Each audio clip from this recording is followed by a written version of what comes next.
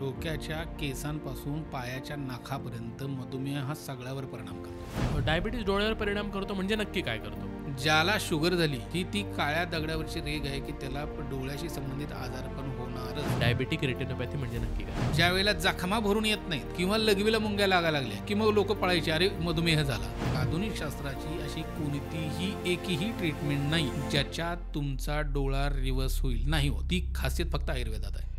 डोळ्याचा maintenance कसा केला पाहिजे आपण? गोड खाण्यानं शुगर होते का? तर अजिबात नाही. किडनीचा त्रास चालू झाला की डॉक्टर काय म्हणतो, मधुमेहामुळं तुमची किडनी गेली. अरे पण का गेली?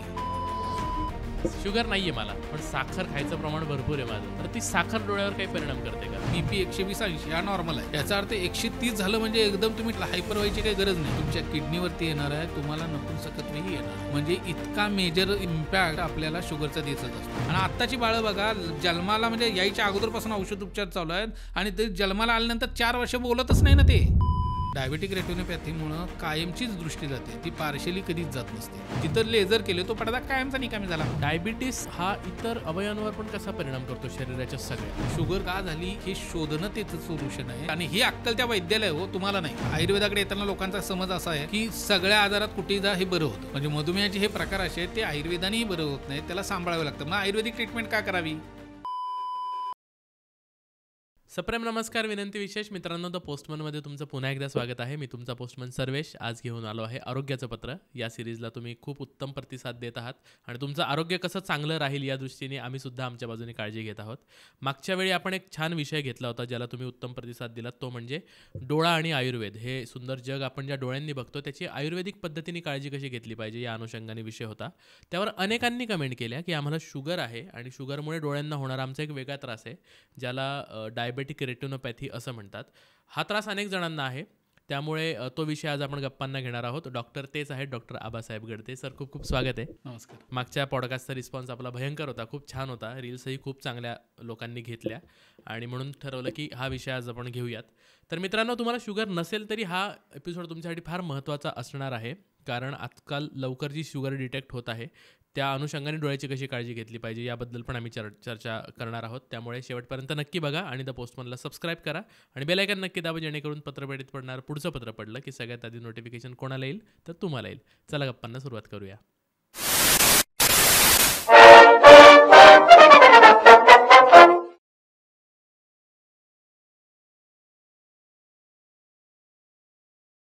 सर, पुन्हा एकदा स्वागत आहे मनापासून तुमचं. मागच्या वेळी आपण जो डोळ्याचा विषय घेतला होता तर तो खूप जनरल होता, सगळ्यांना लागू होणारा होता आणि त्यामध्ये आयुर्वेदिक पद्धतीने डोळ्याची काळजी हा विषय मला जसा नवीन होता तसा अनेक लोकांना पण तो नवीन ठरला. त्यामुळे त्याच्यावर जे कमेंट आल्या की डायबिटिक रेटिनोपॅथी या विषयावर तुम्ही चर्चा करा, कारण अनेकांना त्याची गरज आहे आज. तर शब्दावून कळतं आहे मला की डायबिटीस आणि शुगर या संदर्भातला काहीतरी डोळ्याच्या आसपास जाणारा हा आजार आहे. तर मला इंट्रोडक्शनपासूनच सुरुवात करायची त्या विषयाच्या, की डायबिटिक रेटिनोपॅथी म्हणजे नक्की काय?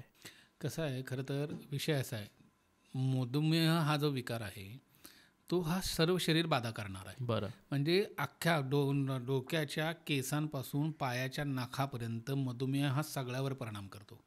तो वेगवेगळ्या अवयवांना करतो. आता स्पेसिफिक आपण डोळ्याचं बोलतो म्हणून डायबिटिक रेटिनोपॅथी बोलू, तर वेगवेगळ्या अवयवांच्या फंक्शनमध्ये बिघाड करणं, एवढं बोलताना साधं वाटत जरी असलं तर मोठं काम करतं. म्हणजे ब्रेनचं फंक्शन आहे, हृदयाचं आहे, किडनीचं आहे, लिव्हरचं आहे, तसंच डोळ्याचं फंक्शन हे हॅम्पर करणं हे मधुमेहाचं काम आहे. मग ते कोणकोणत्या स्वरूपात करतं? तर मधुमेह अनियंत्रित असेल, म्हणजे शुगर जनरली हे बोललं जातं आधुनिक शास्त्रानुसार की तुमची अनियंत्रित रक्तशर्करा असेल तर मग मात्र तुमचा परिणाम डोळ्यावरती यायला लागतो आणि डायबिटिक रेटिनोपॅथी बसते असं म्हटलं जातं. पण तसं नाही आहे खरं तर. तुम्हाला शुगर झाली की तुम्हाला डोळ्याचा त्रास होतो, तो कालांतराने व्यक्तिपरत्वे बदलतो, व्यक्ती सापेक्ष आहे तो, पण डोळ्यावरती परिणाम येतो. मग तो वेगवेगळ्या पद्धतीने येतो. काही वेळेला काही लोकांना पडद्याला सूज यायला लागते, काही लोकांच्या रक्तवाहिन्यांचं जाळं पडद्यावर तयार व्हायला लागतं, काही लोकांना रक्तस्राव व्हायला लागतो, काहींना मागच्या नसांना सूज यायला लागते, काहींना चरबीच्या गाठी पडद्यावरती यायला लागतात. आणि हे वर्षानुवर्ष होत राहिलं तर एक स्टेज अशी येते की कायमचं अंधत्व येतं. हे तर कोणतं शास्त्र याच्यात ट्रीटमेंट करतं कोणतं नाही हा पार्टच वेगळा आहे. मधुमेह एखाद्याला झाला मग तो वयाचा कोणताही पार्ट नाही. मधुमेह झाला त्याला आज ना उद्या मी सांगितलेले हे सिम्पटम पडद्यावरती दिसायला लागतात, कमी अधिक फरकानं दिसायला लागतात, पण त्यांना हे पण परिणाम येतो आणि भविष्यात त्यांना अंधत्व नक्की येत असतं. त्याला म्हणतात डायबेटिक रेटिनोपॅथी. अच्छा, ओके. आणि तुमच्याकडे जास्त पेशंट डायबिटिक रेटिनोपॅथी जे येतात, तर लक्षणं जास्त असणारे कुठले हे आहे? मुळात काय, कोणताही डोळ्याचा विकार घेतला ना, डायबेटिक रेटिनोपॅथी असो, हायपरटेन्सिव्ह रेटिनोपॅथी असो, कोणत्याही विकाराचा दुष्परिणाम स्वरूप डोळ्यावर आलेला परिणाम असो किंवा डोळ्यांचा विकार असो, ज्या वेळेला तो डोळ्यावरती परिणाम करायला लागतो, तर पहिल्यांदा लक्षण कोणतं दिसतं, तर दिसणं कमी. त्याला आयुर्वेदात दृष्टिमांद्य म्हणतात. दिसणं कमी यायला लागतं. खरं तर गंमत तुम्हाला सांगतो, बऱ्याचदा जसं आता डायबेटिक रेटिनोपॅथीचा विषयच आहे, जनरली एखाद्या ठराविक कालावधीनंतर डोळ्यावरती शुगरचा परिणाम होताना दिसत असतो. पण आता कंडिशन अशी आहे की डोळ्याचा आधार घेऊनच लोक येतात आधी. मग बऱ्याचदा म्हणजे आता ग्लॉकोमाचं उदाहरण द्यायला हरकत नाही. काचबिंदूच्या पेशंटमध्ये कसं आहे, काचबिंदूचं जे म्हणजे काय, जसं आपला बीपी आहे तसं डोळ्याचं प्रेशर एक मेंटेन असलं पाहिजे. 16-18 हे नॉर्मल रेंजमध्ये असलं पाहिजे. ज्यांना ॲक्च्युअल काचबिंदू आहे त्याला 12 ते 14 सेटल पाहिजे, कारण ते कधी शूट होऊ शकतं. 14च्या वरती ते जाऊ देता कामा नये. तसं ज्या वेळेला जनरली काय होतं की काचबिंदूच्या पेशंटमध्ये सिम्पटम काय असतात, डोळे दुखणं, डोके दुखणं, डोळा लाल व्हायला लागणं आणि दिसणं कमी यायला लागणं. काही पेशंटमध्ये हे कोणतंही लक्षण दिसत नाही. एक डोळा गेलेला असतो केव्हा तरी 2, 5, 10 वर्षापूर्वी. लोकांच्या ते लक्षातच आलेलं नसतं, त्या व्यक्तीच्या लक्षात आलेलं नसतं. आणि ज्या वेळेला जो चांगला डोळा आहे त्याला काहीतरी मोतीबिंदू झाला आहे, त्याच्यावरती काहीतरी प्रेशर आलं आहे, त्याचं ज्यावेळेला दिसणं कमी होतं आणि मग त्यावेळेला दिसणं म्हणजे बऱ्यापैकी दिसणं कमी व्हायला लागलं की मग डोळ्याच्या डॉक्टरकडे गेले की लक्षात येतं, अरे एक तर डोळा गेला आहे आणि दुसरा 40-50% ऑलरेडी डॅमेज आहे.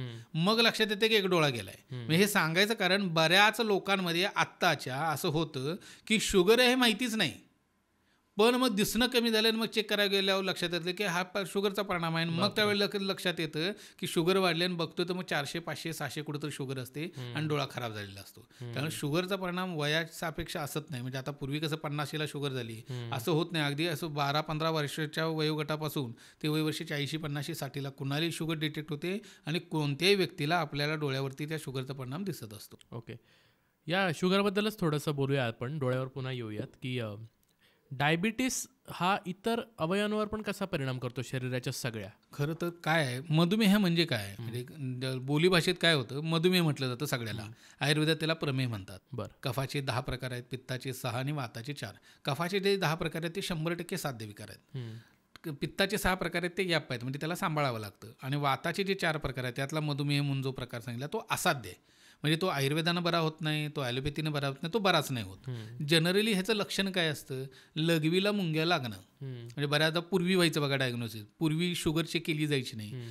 ज्या वेळेला जखमा भरून येत नाहीत किंवा लघवीला मुंग्या लागायला लागल्या की मग लोक पळायचे, अरे मधुमेह झाला. पण ती स्टेज आली ना की मग तो मधुमेह किंवा तो प्रमेह बरा होत नाही, तो असाध्यकडे जात असतो. किंवा असाध्य म्हणण्यापेक्षा त्याला सांभाळावं लागतं. म्हणजे ह्याच्यातही बऱ्याचदा ॲलोपॅथीनुसार औषधं उपचार असतात, आयुर्वेदानुसार औषध उपचार असतात, पण तो मेंटेन होतो. बऱ्याचदा आयुर्वेदाकडे येताना लोकांचा समज असा आहे की सगळ्या आजारात कुठेही जा हे बरं होतं. म्हणजे मधुमेहाचे हे प्रकार असे आहेत ते आयुर्वेदानेही बरं होत नाही, त्याला सांभाळावं लागतं. मग आयुर्वेदिक ट्रीटमेंट का करावी, तर त्याचे दुष्परिणाम टाळता येतात. मधुमेहाची ट्रीटमेंट आधुनिक शास्त्राची करत असताना आपण व्हॅल्यू रक्त शर्करा मूत्र शर्करा जरी मेंटेन करत असलो तरी त्याचे दुष्परिणाम मेंटेन असून सुद्धा होतात. म्हणजे तुम्ही बघत असाल शहाणा असा एकही माणूस नाही, शहरापासून खेड्यापर्यंत कितीही बघा, ज्याला कळते तो अडाणी असो, सुशिक्षित असो, कुणी असो, शुगर झाली की तो औषध घेतो. म्हणजे औषध घेणार नाही असा एखादाच ज्यानं काही तर कारण असेल म्हणून तर त्या त्रासातून किंवा मनस्तापातून मला घ्यायचं नाही म्हणून घेत नसेल, अन्यथा असा एकही माणूस नाही जो औषध घेत नाही. तो औषध घेतच असतो, पण तरीसुद्धा त्याची किडनी फेल होते, तरीसुद्धा त्याच्या हृदयावरती परिणाम येतो. कधी म्हणजे तुम्ही ऐकलं असेल, म्हणजे वयवर्ष 60 आहे, एखाद्या त्या वयवर्ष 60च्या माणसाला 20 वर्षापासून शुगर आहे, शुगर अगदी अप टू डेट असते, औषध उपचार चालू आहे, डाएट चालू आहे, शुगर मेंटेन आहे, पण आधुनिक शास्त्राचे औषध चालू आहेत. आणि वयवर्ष 60ला बऱ्याचदा किडनीचा त्रास चालू होतो. किडनीचा त्रास चालू झाला की डॉक्टर काय म्हणतो, मधुमेहामुळं तुमची किडनी गेली. अरे पण का गेली, 20 वर्ष औषधं खातोय, 20 वर्ष कंट्रोलमध्ये शुगर ठेवलेली आहे, 20 वर्ष पथ्य पाळतोय, मग का किडनी फेल होते. मी काय म्हणतो लक्षात येतंय? म्हणजे तुम्ही मधुमेह झाला की तुम्ही हे लक्षात घ्या, तुमचे व्हायटल डॅमेज होणार. म्हणजे तुमच्या मेंदूवरती परिणाम येणार आहे, तुमच्या डोळ्यावरती येणार आहे, तुमच्या हृदयावरती येणार आहे, तुमच्या लिव्हरवरती येणार आहे, तुमच्या किडनीवरती येणार आहे, तुम्हाला नपुंसकत्वही येणार आहे. बापरे. म्हणजे इतका मेजर इम्पॅक्ट आपल्याला शुगरचा दिसत असतो. मग लोकांना असं वाटतं मधुमेहामुळे नपुंसकत्व कसं येतं? मुळात मधुमेह हा सर्व शरीरगामी आहे. म्हणजे तो अख्ख्या शरीराला पोखरतो आणि त्यामुळे तो धातू खराब करतो. जसं जनरली लोकांना काय वाटतं, कॉन्ट्रॅक्टसाठी म्हणजे आनंदासाठी धातू आहे, असं नाही आहे. शरीराची इम्युनिटी म्हणजे धातू आहे. ओज जे म्हणतो आपण का ते ओजस्वी दिसतोय म्हणजे काय, त्याच्या शरीरात धातू इतका चांगला आहे की त्याच्या चेहऱ्यावरती ते तेज ओजाचे दिसते आपल्याला. हे जे म्हणतो ना आपण, ती शुक्राची ताकद आहे. आणि हा आजार त्याचं रिप्रोडक्शनच हॅम्पर करतं आणि रिप्रोडक्शन हॅम्पर झाल्यामुळे तुमची इम्युनिटी ड्रॉप व्हायला लागते. मग तुमच्या साध्या साध्या आजारांना तुम्ही बळी पडायला लागता. म्हणजे तुम्ही आता कोरोनात बघितलं असेल की काही फंगस लागत होते आणि सांगताना फंगस लागत असताना त्याला असं म्हटलं जायचं की मधुमेह असेल तर इम्युनिटी कमी असते आणि मग तो फंगस पकडतो, इतरांना ते पकडत नाही. हे ज्यावेळी होतं, मग काय होतं, मधुमेहामुळे इम्युनिटी खराब होते, म्हणजेच धातू खराब होतो. तर तो शरीराच्या म्हणजे जसं म्हणजे इतर कोणतेही आजार असले तर मधुमेह हा विकार असा आहे की तो सगळ्यात सारा भाग, धातू डॅमेज तर करतोच, बाकी सगळे व्हायटल डॅमेज करतो आणि त्या व्हायटलचे सगळी फंक्शन आस्ते हॅम्पर व्हायला लागतात आणि मग मोठ्या आजाराला आपल्याला तोंड द्यायला लागतं. म्हणून मधुमेह हा महाभयंकर आहे. वेळीच त्याला आवर घातली पाहिजे किंवा वेळीच त्याची व्यवस्था लावली पाहिजे, त्याचा प्रकार बघितला पाहिजे आणि त्याला आटोक्यात ठेवण्यासाठी, नुसतंच आटोक्यात म्हणजे आकडा नॉर्मल ठेवणं म्हणजे आटोक्यात ठेवणं नाही, त्याचे दुष्परिणाम व्हायला नाही पाहिजे. त्यासाठी आपला प्रकार कोणता आहे, तो स्ट्रेस शुगर आहे, तो कफाचा आहे प्रकार, तो पित्ताचा आहे का, तो वाताचा आहे का, हे काहीच नाही, नुसती रक्त शर्करा मूत्र शर्करा वाढली हे बघितलं पाहिजे. जसं मी बऱ्याचदा असं सांगत असतो की BP 120/80 हा नॉर्मल आहे. 120/80 हा सगळ्यांचाच असला पाहिजे का, 110ही नॉर्मल आहे, 130ही नॉर्मल आहे. तो काही लोकांचा डाटा काढून एक तुम्हाला ॲव्हरेज व्हॅल्यू सांगितली की 120/80 पाहिजे. याचा अर्थ 130 झालं म्हणजे एकदम तुम्ही हायपर व्हायची काही गरज नाही, तो तुमच्या शरीराला सूट असू शकते. तशी रक्त शर्करा आणि मूत्र शर्कराच्या ज्या व्हॅल्यू आहेत त्या व्यक्तिपरत्वे थोड्या अपडाऊन व्यक्तिपरत्वे असू शकतात. याचा अर्थ तुमची शुगर वाढली असंही होत नाही. आणि बऱ्याच वेळेला काय होतं, आपण काय करतो म्हणजे आत्ताच्या ह्याच्यात वार्षिक तपासण्यावर फार भयंकर फोकस केला जातो. वार्षिक तपासण्यावर म्हणजे काय, तर म्हणजे त्या कंपन्यांना कुठलं तर टॅक्स बेनिफिट मिळत असतो आणि त्या सगळ्या आपल्या स्टाफचं वर्षाला एकदम HB पासून ते हार्टपर्यंतच्या सगळ्या तपासण्या करतात. ह्याच्यात एक चांगली बाजू काय होती, तर अँजिओग्राफी झाली आणि कदाचित ब्लॉकेजेस असेल तर आपल्याला प्रिकॉशन घेता येते. अशा मोठ्या तपासण्या सोडल्या तर आता शुगरची घ्या किंवा BPची घ्या, जर एखाद्या व्यक्तीला त्रासच नाही आणि शुगर त्याची 110 आहे किंवा जेवल्यानंतरची शुगर 160 आहे आणि ही शुगर त्याला कधीपासून आहे माहीत नाही, पण ही नॉर्मल आहे का ॲबनॉर्मल आहे माहीत नाही. ॲबनॉर्मल कधी पकडलं जातं, काहीतरी लक्षणं दिसायला पाहिजेत. आयुर्वेदानुसार मधुमेह किंवा प्रमेह म्हणजे काय, प्रभूत अविलमूत्रता म्हणजे गडूळ वारंवार होणारी लघवी. आता बऱ्याचदा असं लक्षणं घेऊन येताना का दिसत नाहीत, कारण अगोदरच काहीतरी प्रयोग करून झालेले असतात. म्हणजे आपण हेरिडिटरी काहीतरी आहे म्हणून कुठं आवळा काढा चालू केला आहे, गुळवेल काढा चालू केला आहे, डाएटच चालू केला आहे, हे असं काहीतरी केलं असतं, त्यामुळे ही सिम्पटम दिसत नाहीत. पण जनरली ही लक्षणं घेऊन आली आणि मग त्या आजाराची लक्षणं आयुर्वेदानुसार बघितली आणि मग त्याचं प्रमेय डायग्नोज झाले तर गोष्ट वेगळी. पण तुमची 160 शुगर आहे किंवा 120चा 130 BP झाला आणि तुम्ही लगेच ॲलोपॅथिक औषध चालू करायला लागलात तर त्याची दुष्परिणाम तितकेच भयंकर आहेत. त्यामुळं तुम्ही नुसतीच ट्रीटमेंट करणं बरोबर योग्य नाही. खरंच तो आजार आहे का आहे तर तो त्याला आहार निद्रा ब्रह्मचर्यात कसा बसवायचा आणि ती कशामुळं वाढली ह्याचं निदान करून जर आपल्याला ट्रीटमेंट करता आली किंवा प्रिव्हेन्शन करता आलं तर ते जास्त संयुक्तिक होत असतं. डायबिटीज डोळ्यावर परिणाम करतो म्हणजे नक्की काय करतो, म्हणजे ती प्रोसेस समजून घ्यायची आहे मला. कसं होतं, डायबिटीज जसं परिणाम करतो म्हणजे तेच मागाशी सांगितलं तशी जी येते ती सूज आहे, ब्लिडिंग आहे किंवा नसांना येणारी सूज आहे, ती येते का. रक्त शर्करा आहे, मूत्र शर्करा आहे, मूत्र शर्करेचं 2 मिनटं बाजूला ठेवूयात. रक्त शर्करा आहे ती वाढते कंटिन्युअस, निचरा होत नाही. म्हणजे गंमत सांगायची झाली तर एखाद्या व्यक्तीला जर गॅसेस होत असतील तर त्याचं कारण काय असतं, गॅस म्हणजे काय, डिकम्पोजिशन मळाचा व्हायला लागले. मळ म्हणजे काय, जे खाल्ले त्याचा एक टाकाऊ भाग जो आहे, म्हणजे असं होत नाही की तुम्ही बदाम काजू पिस्ता म्हणजे चांगला आपण म्हणू ना, ड्रायफ्रूट जरा छान आहेत किंवा ज्या पौष्टिक आहेत ते जास्त चांगलं खातो म्हणून मळच तयार होत नाही असं नाही होणार आहे. तुम्ही काही खा, म्हणजे अगदी कणीस खा आणि तुम्ही बदाम काजू पिस्ता खा, तुमचा मळ हा तयार होणार आहे. मग तुम्ही काय खाते हे काउंट नाही करत. तसं शरीरात हा मळ जेव्हा तयार होत असतो आणि तो जर अडकून राहायला लागला आणि तो अडकून राहायला लागला की डिकम्पोजिशन व्हायला लागलं की गॅस फॉर्मेशन व्हायला लागणार. ही प्रोसेस आहे. कारण गॅस विनाकारण तयार होत नाही, ते एक लक्षण आहे की मळ साफ होत नाही. तसं मग ते शरीर सिम्पटम काय दाखवतं, गॅस होणार आहे. बरोबर. ज्या वेळेला एखाद्या शरीरात जर दरवेळेला गोड खाण्यानं शुगर वाढते, हा सगळ्यात मोठा गैरसमज आहे. तुमचं खाणं पिणं बिघडलं म्हणजे ॲलोपॅथीनुसार तर तो मेटाबॉलिक डिसऑर्डर सांगून ठेवला आहे. डायबिटीज म्हणजे मेटाबॉलिक डिसऑर्डर आहे, म्हणजे तुमच्या पचनाशी संबंधित विकार आहे. तो अपाचित भाग पडून राहायला लागला, आयुर्वेदानुसार त्याला सामता म्हणतो. अपाचित भाग पडून राहायला लागला किंवा बृहण व्यक्तिपरत्वे झालं, म्हणजे बृहण म्हणजे श्रीखंड बासुंदी ही बृहण झालं आणि भूक नसताना खाणं हेही तसंच झालं, म्हणजे सामता उत्पन्न व्हायला लागते.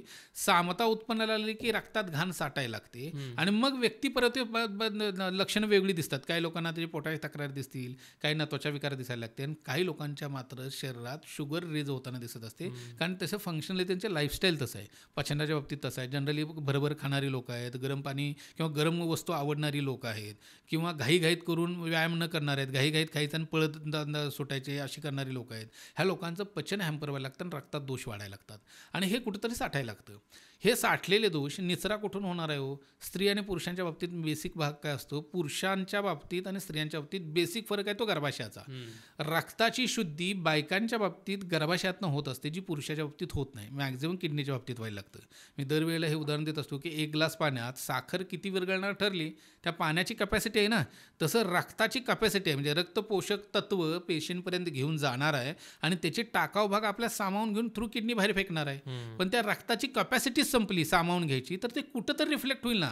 आणि मग अशा लोकांच्या बाबतीत मात्र शुगर, BP, पोटाचे विकार, त्वचा विकार, डोळ्यांचे विकार, केसांचे विकार, हाडांचे विकार, इतके मेजर विकार मागे लागतात आणि अशा लोकांना शुगर डिटेक्ट व्हायला लागते. मग ही रक्त शर्करा आपल्याला फ्लक्च्युएट बऱ्याचदा होत असताना मग ती कंट्रोल, ह्याचं कारण काय कोणतं आहे त्याच्यावर डिपेंड आहे की लगेच डायबिटिक रेटिनोपॅथी बसणार आहे, लगेच मेंदूवरती परिणाम होणार आहे, की नुसती शुगर आपल्याला डिटेक्ट होणार आणि काही दिवसानंतर त्याचा परिणाम आपल्याला डोळ्यावरती दिसणार आहे. थोडक्यात रक्तात दोष साठले ते कोणत्याही माध्यमातून, ते पचनाशी संबंधित असू देत, ते लाईफस्टाईलशी संबंधित असू देत, त्या खाण्याच्या विचित्र सवयी असू देत, कोणत्याही गोष्टीनं जो अपाचित भाग आहे, जो रक्तात ॲब्झॉर्ब होत नाही, तो पडून राहायला लागतो, तो मात्र आपल्याला शुगरशी संबंधित सिम्पटम दिसायला लागतात आणि मग भविष्यात जाऊन त्याची डायबिटिक रेटिनोपॅथी बसत असते. ओके, पण मग आता मला क्युरिओसिटी आहे की सगळ्याच डायबिटीस असणाऱ्या लोकांना डायबिटिक रेटिनोपॅथी होतेच का? अगदी खरंच खूप चांगला प्रश्न आहे. सगळ्या म्हणजे ज्याला शुगर झाली ही ती काळ्या दगडावरची रेग आहे की त्याला डोळ्याशी संबंधित आजारपण होणारच. आधुनिक शास्त्रानुसार त्याचा एक 8 ते 10 वर्षाचा कालावधी सांगून ठेवला, डोळ्यावरती परिणाम होणारा एवढा सफिशियंट कालावधी जायला पाहिजे. पण मी जसं सुरुवातीला सांगितलं, आता तसं राहिलेलं नाही. म्हणजे प्रत्येक व्यक्तीला 10 वर्षानंतरच किंवा 8 वर्षानंतरच डोळ्यावरती परिणाम होईल असं नाही. लोक डोळ्यावरती परिणाम झालाय आणि आल्यात आणि नंतर लक्षात आले की शुगर आहे अशी आहे ना, मग तो शुगरचा प्रकार फार काउंट करतो ना. म्हणजे जी लोक रात्रपाळीच करतात, तुम्ही फॉरेनमध्ये जावर का, त्यांचं 10 ते 6 शेड्यूल ठरलेलं आहे, शटडाऊन होतो सगळे, आणि आपण मात्र त्यांच्या सोयीनुसार रात्रभर इकडे काम करत असतो. असं वर्षानुवर्ष काम करणारी लोक आहेत, त्यांची लिव्हर खराब होत असेल, दारू पित नाहीत ही लोक, कोणती व्यसनाधीनता नसते, घरचं खाणारे आहेत, फक्त एकमेव आयुष्यातला त्यांचा बिघाड असतो तो फक्त रात्री जागरण आहे. मग त्यांच्या जेवणाच्या वेळा फिक्स नसतात, दिवसभर झोपत असतात, जेवण करून झोपत असतात, रात्री बेरात्री खात असतात आणि सगळं बाकी व्यवस्थित आहे, तरी त्यांचं लिव्हर डॅमेज होऊन अशा लोकांना अगदी 30, 32, 35लाही शुगर डिटेक्ट होते. पण ती कुठलं तर डोळ्याचा डोळा खराब झाला म्हणून येतात आणि मग लक्षात येते की शुगर आहे. म्हणजे त्यामुळं असं काहीही राहिलेलं नाही की एका ठराविक सर्टन स्टेज नंतर डोळ्यावर परिणाम करेल. पण शुगर असणाऱ्या प्रत्येक व्यक्तीला मात्र डोळ्यावरती परिणाम होणार हे नक्की. फक्त इम्युनिटी किती आहे, त्याचं लाईफस्टाईल कसं आहे त्याच्यावर ते डिपेंड करेल की लगोलग त्याच्या डोळ्यावरती परिणाम दिसणार आहे का 8, 10, 12, 15 वर्षांनी दिसणार आहे. होणार हे नक्की. त्यामुळे शुगर झाली याचा अर्थ तुम्हाला डोळ्याला त्रास होणार हे नक्की आहे. बापरे. आणि म्हणजे वेगळ्या वेगळ्या स्टेजवरची जी शुगर आहे तर त्याच्यानुसार तो डोळ्यांवरचा कमी जास्त परिणाम दिसतो की एकदा तुम्हाला त्या डोळ्यावर परिणाम व्हायला लागला की तो कंटिन्यू चालूच राहतो? म्हणजे तुम्ही जर आटोक्यात जरी ठेवायचा प्रयत्न केला डायबिटीस, शुगर आटोक्यात ठेवणं हे त्याचं सोल्युशन एक म्हणूयात आपण. म्हणजे आधुनिक शास्त्रानुसार आपण शुगर आटोक्यात ठेवली की त्याचा परिणाम की लगेच येणार नाही इतपत होऊ शकतो. म्हणजे शुगर झाल्यानंतर जनरली आधुनिक शास्त्र हे सांगतच आहे की 8 ते 10 वर्षात तुम्हाला डोळ्यांना त्रास होणार, पण त्यांनी ते गृहीत धरले ना, तुमची ट्रीटमेंट चालू आहे. करेक्ट. अनियंत्रित शुगर असेल तर तो 10 वर्षाचा जो स्पॅन आहे तो 2 वर्ष होईल. पण तुम्ही नियंत्रित शुगर असून सुद्धा 8 ते 10 वर्षांना डोळ्यावरती परिणाम होतोच आपल्याला. सुरुवात होते सगळ्याच 10 वर्षात सगळ्याच लोकांना डोळे गेलेत असं नाही होत. नाही होत. काही लोकांना 8-10 वर्षात सुरुवात होते आणि ते पूर्ण रूप व्हायला 15-20 वर्षही पकडली जातात. पण प्रत्येकाला डोळ्यावरती परिणाम होताना कमी जास्त फरकानं ते होत असतो. फक्त शुगर व्हॅल्यू मेंटेन ठेवणे हे सोल्युशन नाही आहे. ज्याच्यामुळं ती शुगर आहे तो दोष निर्हरण करणं, हेतू, त्याला आयुर्वेदात निदान परिवर्जन म्हणजे हेतू टाळणं म्हणतो आपण त्याला. त्या व्यक्तीला शुगर का झाली? तो दही खातोय त्याच्यामुळं झालेली आहे, त्याचं रात्री जागरण आहे त्याच्यामुळं आहे, तो बीज दोष आहे हेरिडिटरीमुळं आलेली आहे, तो मोठ्यानं ओरडतो त्याच्याशी म्हणून आलेली आहे, त्याच्या व्यवसायाशी निगडीत आहे. आता शिक्षक लोकांना शुगर डिटेक्ट होते कारण खूप बोलावं लागतं म्हणून, तर त्या व्यवसायाशी निगडीत आहे का? म्हणजे खाण्यापिण्याशी संबंधित आहेत, दिनचर्येतल्या कोणत्या त्रुटी आहेत ज्याच्यामुळे शुगर आहे, ते जोपर्यंत आपण टाळत नाही तोपर्यंत तुम्हाला आयुष्यभर डोळ्यावरती काय इतर सगळ्या व्हायटलवरती शुगर परिणाम करणार आणि तो धोका कायमस्वरूपी राहत असतो. शुगर मेंटेन ठेवणं हा एक पार्ट आहे, तो केलाच गेला पाहिजे, त्याच्याबद्दल दुमत असताच कामा नये. पण आपण नुसतं जे गाफील राहतो ना, माझी शुगर 120-80 आहे फिनिश, म्हणजे सकाळ ह्याची जी फास्टिंग आहे ती 80 आहे आणि जेवण झाल्यानंतरची 120 आहे म्हणजे मी मोकळा झालो, तर तसं होत नाही. त्याचं रूट कॉज जोपर्यंत तुम्ही काढत नाही तोपर्यंत तुम्ही डोळे द्यायची शक्यता तितकीच आहे. अच्छा. आणि अजून एक क्युरिओसिटी की शुगर नाही आहे मला, पण साखर खायचं प्रमाण भरपूर आहे माझं, तर ती साखर डोळ्यावर काही परिणाम करते ना? अगदी बरोबर. म्हणजे खरंच हा खूप चांगला प्रश्न आहे. आपल्याला जनरली काय होतं, षडरसात्मक जेवण असायला पाहिजे. बरोबर. म्हणजे गोडापासून ते अगदी तुरटीपर्यंत, तुरट जे काय पदार्थ आहेत तिथंपर्यंत, म्हणजे मधुर, आम्ल, लवण, कटू, तिक्त कशा आहे, तर ह्या सगळ्या षडरसांचा आहारात आपल्या अंतर्भाव असला पाहिजे. पण नुसतंच गोड खाल्लं गेलं पाहिजे का? गोड कधी खायचं हेही सांगून ठेवले. जनरली आपण खातो ते एकदम उलटं करतो. जेवण झाल्यावर गोड खायला लागतो आणि जेवण झाल्या गोड नको म्हणून आयुर्वेदानं सांगून ठेवलेलं आहे. गोड खा पण ते सुरुवातीला का, असं आहे. म्हणजे गोड खाण्यानं शुगर होते का? तर अजिबात नाही. गोड हे गरजेची गोष्ट आहे. म्हणजे बऱ्याच वेळेला बघा अतिरेक करतात शुगरचे पेशंट, गोड पूर्ण बंद करतात. मग बघा लक्षात येतं की त्यांच्या हाडांचे विकार मागा लागले, त्यांना वाताचे विकार मागा लागले, डिजनरेशन खूप मोठ्या प्रमाणात व्हायला लागले. हे गोड बंद केलेल्याचे परिणाम आहेत. याचा अर्थ गोड खा असं आपण नाही सांगत आहे, पण काय गोड खायचं हेही ठरले ना. आणि मधुर रस बंद करून चालत नाही. पण ज्याला शुगर नाही आणि त्यानं मधुर रसाचा अतिरेक सेवन चालू केलं असेल तर त्याचा परिणाम मात्र रक्तदृष्टी हे मेजर इम्पॅक्ट यायला लागतो. गोड हे मधुर आणि बृहन रसात्मक यायला लागतं, खाण्याच्या बाबतीत येतं आणि ते लिव्हर खराब करतं. लिव्हरवरती त्याचा मेजर परिणाम येतो, त्याचा मेदाच्या हिशोबानं चेंजेस डोळ्यात यायला लागतात, शरीरावरती दिसायला लागतं आणि अशा लोकांच्याही डोळ्यावरती आपल्याला गोड जास्त खाण्याचा दिसण्याच्या अनुषंगानं मेजर इम्पॅक्ट दिसतो. त्यामुळे तुम्हाला शुगर नाही पण तुमचा अतिरेक गोडाचा सेवन असेल तर तुम्हाला पोटाचे विकार, लिव्हरचे विकार, मेंदूचे विकार आणि डोळ्याचे विकारही मोठ्या प्रमाणात वय वाढल्यानंतर येऊ शकतात. त्यामुळे हे कुणी असं गृहीत धरता कामा नये मला शुगर नाही आणि मी किती खाल्लं गोड तरी चालणार आहे, त्याचे दुष्परिणाम भविष्यात भोगायला लागतील. अच्छा. आणि डिटेक्शनची पद्धत काय, म्हणजे कसं ओळखता तुम्ही की याला डायबेटिक रेटिनोपॅथी झाली आहे? डायबेटिक पहिलं लक्षण काय, डायबेटिक रेटिनोपॅथी बसलं, जसं मी सांगितलं काही आजार येऊ दे डोळ्याच्या बाबतीत, दुष्परिणामात्मक असू दे, म्हणजे सेकंडरीली विकार असू दे, म्हणजे शुगरमुळे आलेला आहे, हायपरटेन्शनमुळे आलेला डोळ्या परिणाम असू दे किंवा डोळ्याचा विकार असू दे, पहिलं लक्षण दिसतं की डोळा दिसणं कमी यायला लागलं. मग ती व्यक्तिपरत्वे वेगळं आहे. म्हणजे काही लोकांना अचानक दिसणं बंद होतं कारण ब्लिडिंग झालेलं असतं, काही ना ग्रॅज्युअली दिसणं कमी व्हायला लागतं आणि ग्रॅज्युअली होतं त्यावेळेला बऱ्याचदा सूज आलेली असते. काही लोकांना असं होतं की डोळ्यासमोर जाळी दिसायला लागली, ब्लिडिंगची जाळी होते आणि मग दिसायला लागते, मग त्या जाळीतनं पलीकडचं दिसत नाही. थोडक्यात काय, रेटिनोपॅथी बसली तर त्याचं पहिलं आणि लक्षात येण्यासारखं लक्षण म्हणजे दिसणं कमी व्हायला लागले. आता दिसणं कमी झाले की डोळ्याच्या डॉक्टरला का दाखवलं गेलं पाहिजे, तर दिसणं कमी व्हायची कारणं खूप आहेत. म्हणजे शुगरमुळं मोतीबिंदूही लवकर होतो, शुगरमुळं डायबेटिक रेटिनोपॅथी बसते, शुगरमुळं आतली जेलही खराब व्हायला लागते, शुगरमुळं मेंदूकडे जाणारी नसी सुजलेली असते. आता ह्याच्यातला कोणता पार्ट आहे तो चेक केल्यावर लक्षात येतो आणि त्या अनुषंगाने ट्रीटमेंट करावी लागते. अच्छा. मोतीबिंदूबद्दल थोडं सांगा ना, शुगर आणि मोतीबिंदूचं किती जवळचं नातं आहे? मग खरं तर वयानुरूप वय वाढलं की मोतीबिंदू होणं हे जनरली आहे. आता मग पूर्वीच्या बायकांना तुम्ही ऐकत असाल बघा, पूर्वीची जी बायका होत्या किंवा पुरुष लोक होते वयवर्ष 80 पर्यंत सुई दोरा ओला जायचा, म्हणजे मोतीबिंदू होत होता, पण तो वयवर्ष 80 पर्यंत काही प्रॉब्लेम होताना दिसत नसायचा.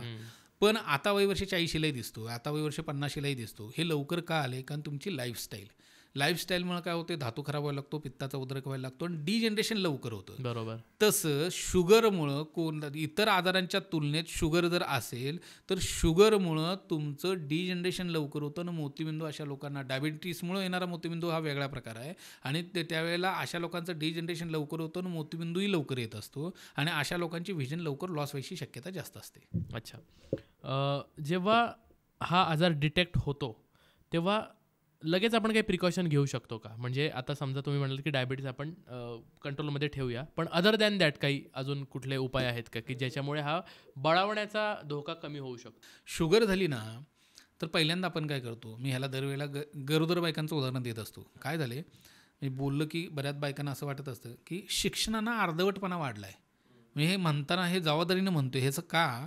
कारण पूर्वीचं काय व्हायचं, एक XYZ डॉक्टर आहे त्याच्याकडे गेलोय, आपण त्याला सरेंडर असायचो. एक्झॅक्टली. तो फॅमिली फिजिशियन असायचा, फॅमिली डॉक्टर असायचा, त्याला आपल्या घराच्या सगळ्या नसा माहिती असायच्या, तो सांगतोय तिथं पाणी घालायचं, एवढं डोक्यात असायचं, तिथं अक्कल लावायची नाही. पण आता गंमत अशी झाली, म्हणजे माझ्याकडे येताना काय कोणत्याही डॉक्टरकडे जाताना ही लोक आपला आजार काय आहे हे गुगलवर सगळं सर्च करतात, प्रिंटआउट काढतात, त्याच्यात मार्किंग करून आणतात, मला हे झाले मला ह्याची औषधं द्या. म्हणजे डॉक्टरला हे वावच देत नाहीत. मुळात कॉमन, म्हणजे आता तुम्हाला गंमत सांगतो, डोळा दुखणं सिम्पटम कॉमन आहे ना. मग ते ग्लॉकोमामुळे दुखतो, तो पडद्याला सूज आल्यामुळे दुखतं, ते नसांना सूज आल्यामुळे दुखतं, सायनसमुळे दुखतं, कानाचा विकार असेल तर डोळा दुखायला लागतो, घशाचे विकार असले तरी डोळा दुखायला लागतो, पोटात गॅस झाला तरी डोळा दुखतो, नंबर लागला असला तरी डोळा दुखतो. डोळा दुखणं सिम्पटम एकच आहे, पण कारणं अनंत आहेत. हे डायग्नोज त्या डॉक्टरला करू देत ना. तसं न होता आता होते काय, आपणच सगळं घेऊन जातो आहे आणि मग त्या डॉक्टरवरती बर्डन आणत असतो. तर हे असं करत असताना बऱ्याचदा असं होतं की हे सगळं घेऊन येत असतो.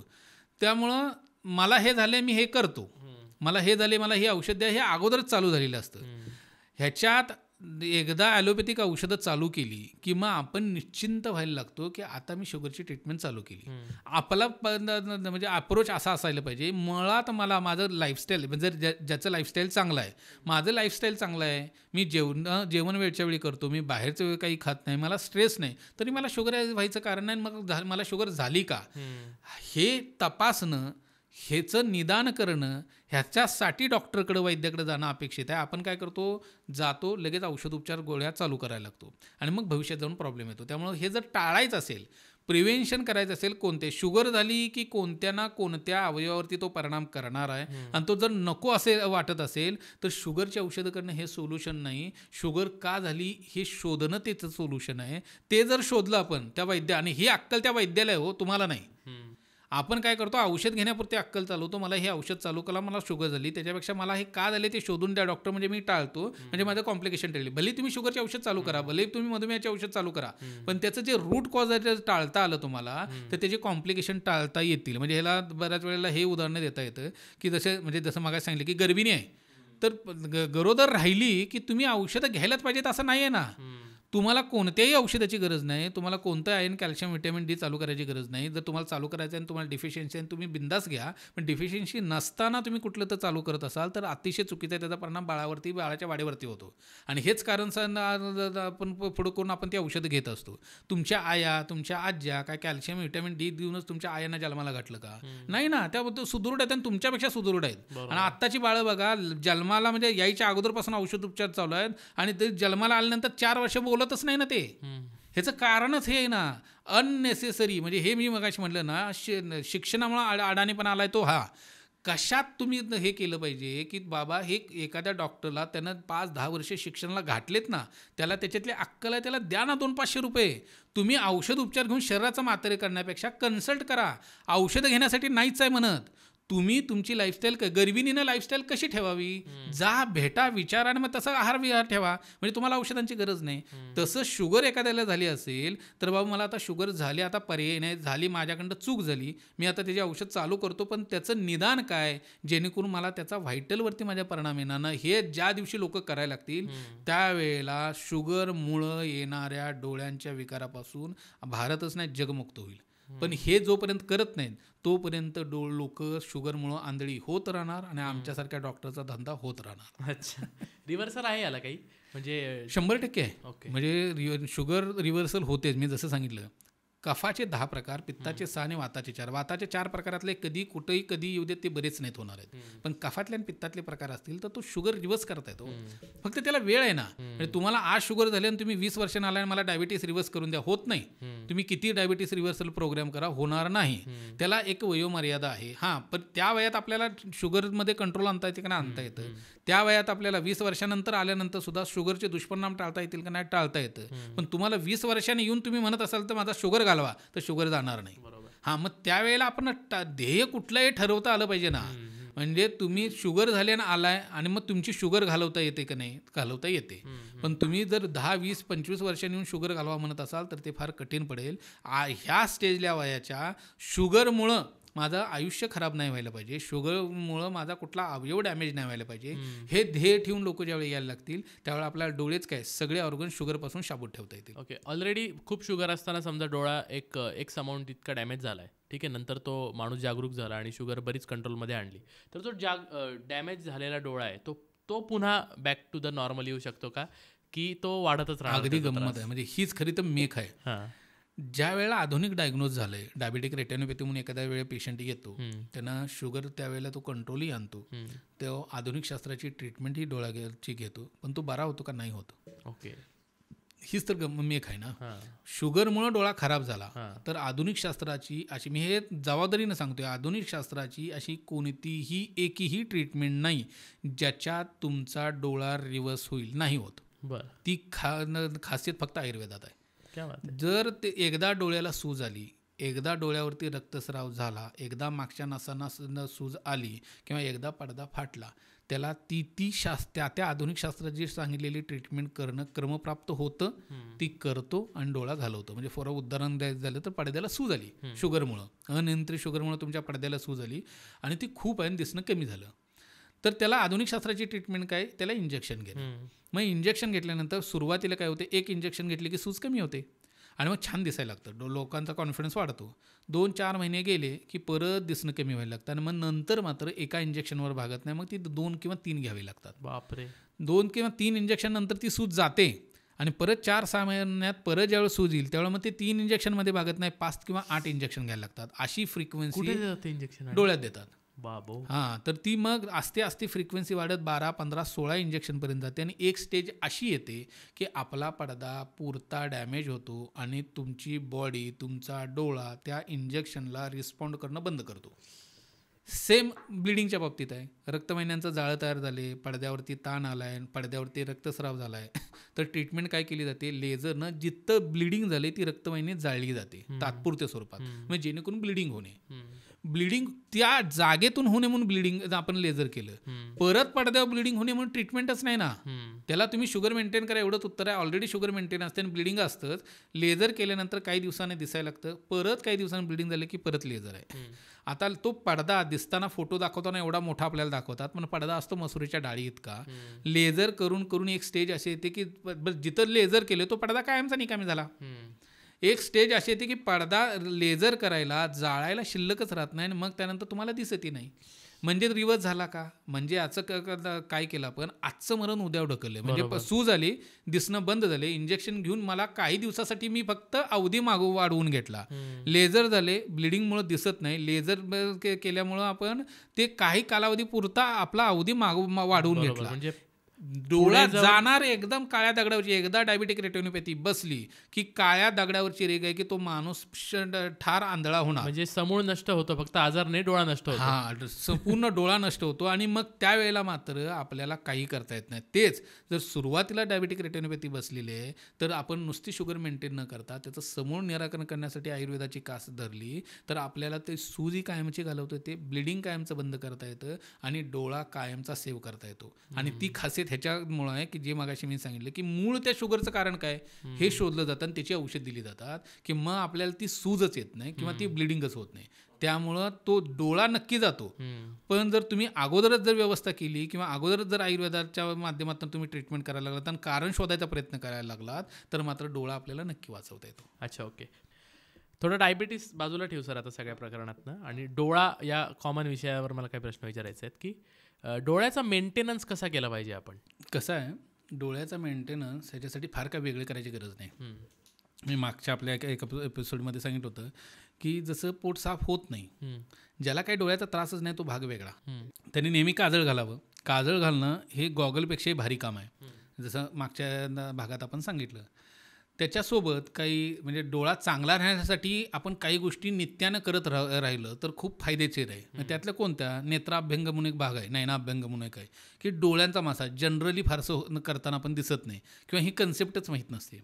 तर आपण एक नयनाभ्यंग तेल बनवलेलं आहे. आपणच काय कोणते तुम्ही खोबरेल तेल लावलं तरी चालतं. मुळात काय हे कर्म कोणते आहेत म्हणजे बघणं हे कर्म ते आता पचवणं दृष्टी पचवणं हे आलोचक पित्ताचं काम आहे. पण वाताशी निगडीत ज्या ज्या कृती आहेत त्या सगळ्यांसाठी तेल हे बेस्ट ऑप्शन असतो. म्हणजे आता केक राक्षेत म्हणजे तिरडेपणा जो डोळ्यांचा सांगून ठेवला आहे त्याच्यासाठी आम्ही तर्पण आणि डोळ्याचा मसाज सांगतो. पिंडशोध म्हणून एक प्रोसेस आहे, त्यात डोळ्याचा मसाज करणं फार गरजेचं आहे. तसं साध्या खोबरेल तेलानं तुम्ही रात्री झोपताना डोळ्यांचा मसाज हलक्या हातानं करायला लागला म्हणजे वरून लावायचं, बस डोळ्यात टाकायचं नाही, घालायची गरज नाही. वरून डोळ्यावर तुम्ही तेल लावलं तर हलक्या हातानं मसाज केलाय. रागड्या बॉडी मसाज करतो तसं करणं अपेक्षित नाही. एक जंटल मसाज, हात फिरवतो एवढं केलं तरी तेल अब्झॉर्ब व्हायला लागतं. स्नायूंची डोळ्याची ताकद वाढायला लागते. बरं. जसं तुमचं आरोग्य टिकवण्यासाठी जनरली तुम्हाला काय करणं अपेक्षित आहे, म्हणजे गावाकडे तुम्ही गेला असाल तर मला विचारलं की माझे एक सासरे आहेत खरं तर, ते फारसे औषधं घेत नाहीत. त्यांना मी सांगायला लागलो की अण्णा तुम्ही असं आहे तुम्हाला औषध घ्यायला लागेल. मला म्हणतात डॉक्टर मला झोप चांगली लागते, मला भूक चांगली लागते, माझं पोट साफ चांगलं होतं आणि तुम्ही मला आजारी आहे म्हणून कसं सांगताय. आणि ही खरं आहे.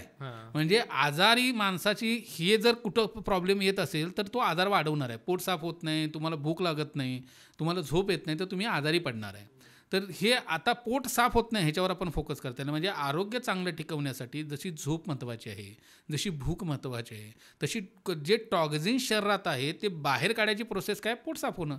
आणि जे होत नसेल तर मग जनरली काय करायला पाहिजे, साधं एरंड तेल घ्यायला पाहिजे. मी मागच्या भागात सांगितलं की तसं डोळ्यातली घाण साठली, जसं शुगरमुळे डोळ्यात आता दोष वाढतोय, हायपरटेन्शनमुळे डोळ्यात दोष वाढतोय, पोटामुळे डोळ्यात दोष वाढतोय, तर डोळ्यात दोष साठतोय ना.